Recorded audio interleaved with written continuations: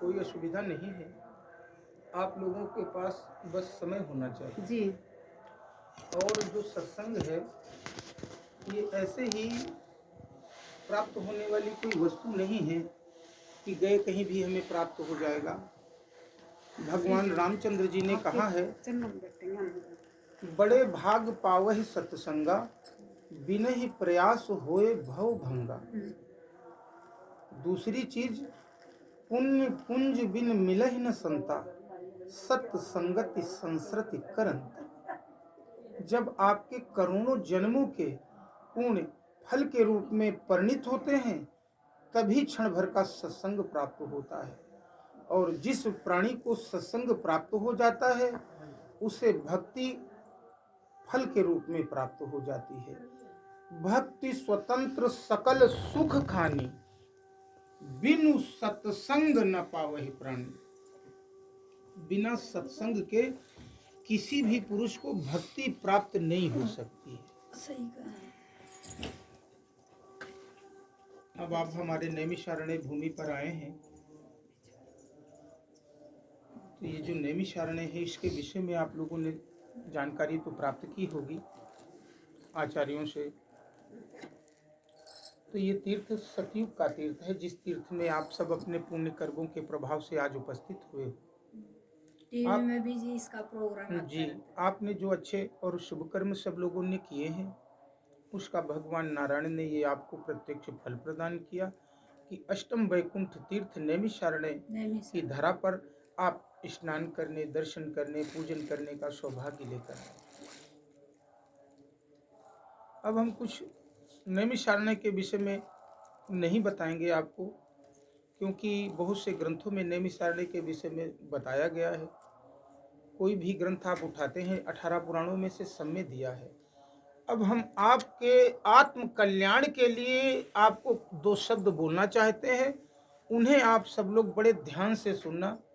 ये करोड़ों रुपए आप खर्च करके ऐसे शब्दों को श्रवण नहीं कर पाओगे, जो यहाँ निःशुल्क और ईश्वर की कृपा से आपको प्राप्त हो रहे हैं।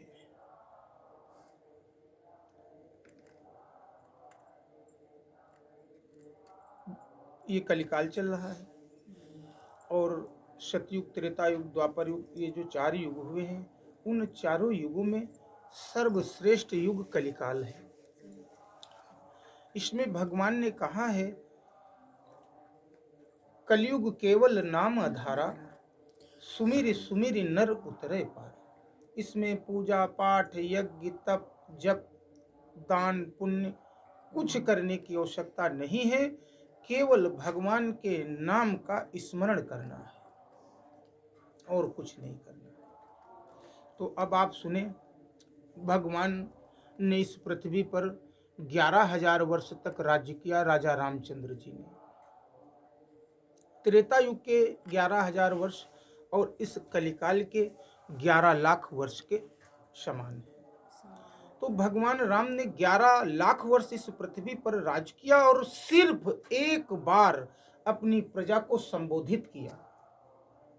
भगवान कहते हैं, एक बार रघुनाथ बुलाए, गुर दिज पुरवासी सब आए। बैठे गुरु मुनि अरु दिजु सज्जन, बोले बचन भगत भव भंजन। सुनहु सकल पुरजन मम बानी, कहौ न कछु ममता उरानी। नहीं अनीति नहीं कछु प्रभुताई, सुनहु करहु जो तुम्हें सुहाई।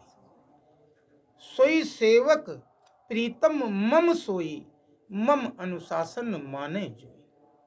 उसके बाद भगवान कहते हैं, बड़े भाग मानस तन पावा, सुर दुर्लभ सब ग्रंथन गावा।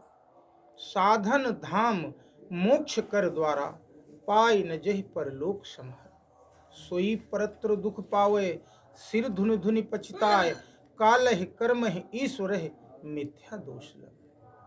कहने का मतलब ये है कि जो हमें आप सबको मनुष्य शरीर की प्राप्ति हुई है, ये ईश्वर की कृपा से। कबहु करि करुणा नर देहि, देत ईश बिन हेतु सनेहि।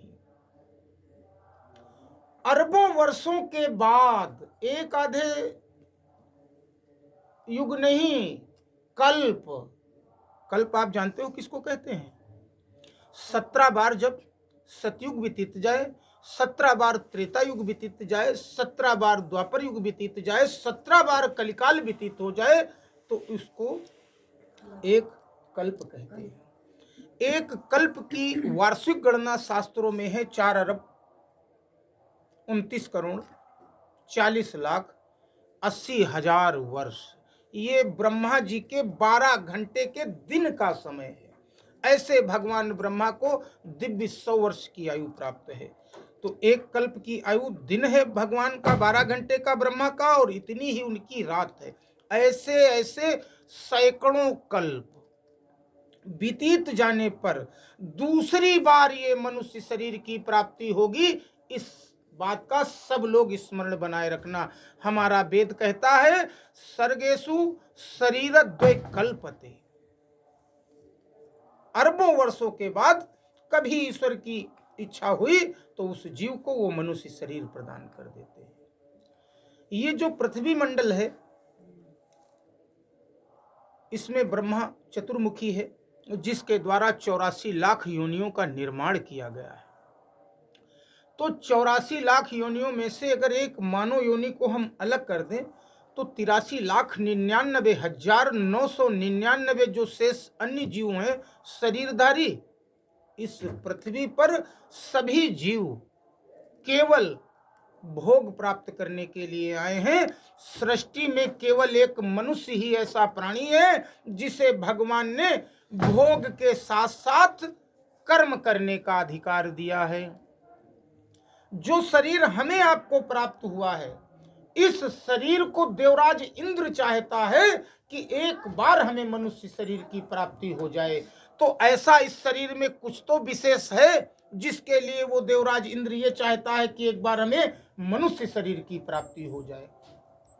हम आप बहुत गंदे हैं, पसीना निकलता है, शरीर में 9 द्वार है, उनसे हर समय मल निकला करता है। और जो स्वर्ग में देवता हैं, चाहे वो इंद्र हो, चाहे कुबेर हो, चाहे वरुण हो, चाहे अग्नि हो, कोई भी हो, उनके शरीर दिव्य हैं।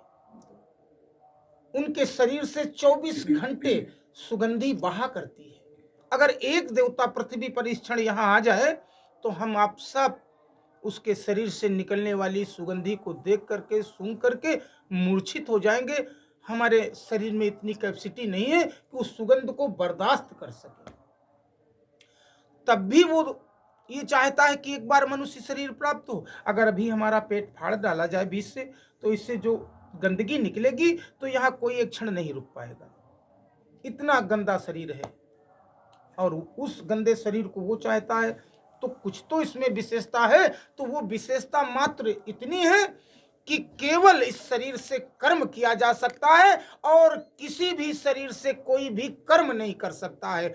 वहां जो स्वर्ग के देवता हैं वो कोई कर्म नहीं कर सकते, केवल भोग भोगते हैं और कुछ नहीं। तो इस शरीर की विशेषता यह है कि कर्म करने का भगवान ने अधिकार दिया। शास्त्र क्या कहता है, वेद क्या कहता है? करे कर्म पावे फल सोई, निगम नीति यस कहा सब कोई। वेदों और पुराणों का ऐसा मत है कि जो जैसा कर्म करेगा उसको उसके हिसाब से फल प्राप्त होगा। बोलो लक्ष्मी नारायण भगवान की जय हो। अब मेन बात हमारी सुन लीजिए जी। आपने अपने घरों में भगवान बिठा रखे होंगे, सब लोगों ने लगभग ठाकुर जी बिठा रखे। हाँ, रोज पूजा भी करती होगी। हाँ जी, हाँ जी, करते हैं सब लोग। बिल्कुल जी। भोग भी कभी लगाया होगा? हाँ जी, हाँ बिल्कुल लगाते हैं सब। हाँ जी, हाँ जी। तो कभी आप लोगों ने जब भगवान को हलवा पूड़ी खिलाया या खीर पूड़ी खिलाया, या कोई पर्व पड़ा तो उसमें पूड़ी, कचौड़ी, सलाद, रायता, अचार सब चीजें बना करके और भगवान को तुलसी दल डाल करके दिया ना वेद? हाँ जी। तो क्या कभी आपने एक बार उस थाली में देखा कि जो हम भगवान को भोग अर्पित करते हैं तो हमारे ठाकुर जी ने एक बार हमारे प्रदान किया भोग ग्रहण किया या नहीं? देखा आप लोगों ने? क्यों नहीं देखा? मतलब भगवान सुगंध लेते हैं। हमने महाराज जी ये सोचा कि हमने वो भगवान जी का भोग लगा दिया तो वो प्रसाद हो गया, और वो जो प्रसाद ग्रहण किया तो पैसे प्रभु शैसे साक्षात और उद्देश्य दर्शन, ये प्रभु के साक्षात दर्शन हो गए और हमने उनके दर्शन कर लिए और ग्रहण कर लिया। वो प्रसाद जो हमने ग्रहण कर लिया समझ में आया। कल को अगर आपका पुत्र किसी बात से रुष्ट हो जाए आपसे और घर में खाना ना खाए, तो उसके लिए आप मनाते हैं। मनाती हो ना? पिता भी मनाता है, भाई भी, बहन भी, दादा और बाबा हुए तो वो भी कहते हैं कि बेटा खा लो। माँ यहाँ तक कह देती है कि बेटा अगर तुम नहीं खाओगे तो हम भी नहीं खाएंगे। तो जब भगवान से तुम्हारा प्रेम है, तुम्हारी श्रद्धा है, तब आपने क्यों एक बार नहीं देखा कि भगवान को निवेदित किया, भोग खाया या नहीं खाया? एक गलती आप हमेशा से करते आ रहे हैं, तो उसे देखना चाहिए था। तो क्या करें जी? अगर भगवान को हम भोग अर्पित करते हैं और वो नहीं ग्रहण करते हैं, तो उनसे पूछो ऐसी कौन सी हमारे अंदर कमी रह गई, कौन सी त्रुटि हो गई, किस कारण से हमारे द्वारा नैवेद्य जो प्रदान किया उसे आपने ग्रहण नहीं किया। कैसे पता चले जी कि नहीं ग्रहण नहीं किया? और उनके सामने रोइए। आंसू बहाए। हाँ, तो जब ऐसा सतत प्रयास आप निरंतर करती रहोगे तो एक दिन ठाकुर जी आपके दर्शन द्वारा देंगे। निवेदित किया भोजन प्रत्यक्ष ग्रहण करेंगे। तो जो मन पूजा करती हो आप सब लोग, हाथों से स्नान कराना, उंगली से चंदन लगाना, भगवान को पुष्प अर्पित करना, नैवेद्य अर्पित करना, आरती करना, धूप करना। आरती कर रहे हैं, बेटे ने हाक दी कि मम्मी हमारा वो पुस्तक नहीं मिल रही, कहाँ रखी है? तो आपने कहा वहाँ अलमारी से ले लो, वहाँ रखी है। पति ने हाक दिया हम ऑफिस जा रहे हैं, हमारा टिफिन तैयार हुआ नहीं, तो आपने आरती चल रही है, टिफिन वहाँ रखा, ले लो। ऐसा भी आप लोगों के द्वारा होता रहता है अक्सर। तो अब आपसे हम एक प्रश्न ये करते हैं कि जब आप पूजा कर रही हो और आपने अपना मन ठाकुर जी में लगा रखा है, तो वो मन आप की आवाज जब बेटे ने दी या पति ने दी या परिवार के किसी अन्य सदस्य ने दी, तो आपका मन वहां कैसे चला गया? हमें केवल ये बताइए। इसीलिए आज तक कोई भी जो पूजा करता है उसका कोई फल किसी को नहीं मिलता है, क्योंकि पूजा मन से की जाती है, शरीर से नहीं, इंद्रियों से नहीं। आज तक आप लोगों ने भगवान की जो उपासना की है, आराधना की है, पूजा की है, अर्चना की है, वंदना की है, केवल इंद्रियों के द्वारा, इसलिए उसका कोई फल नहीं मिला है।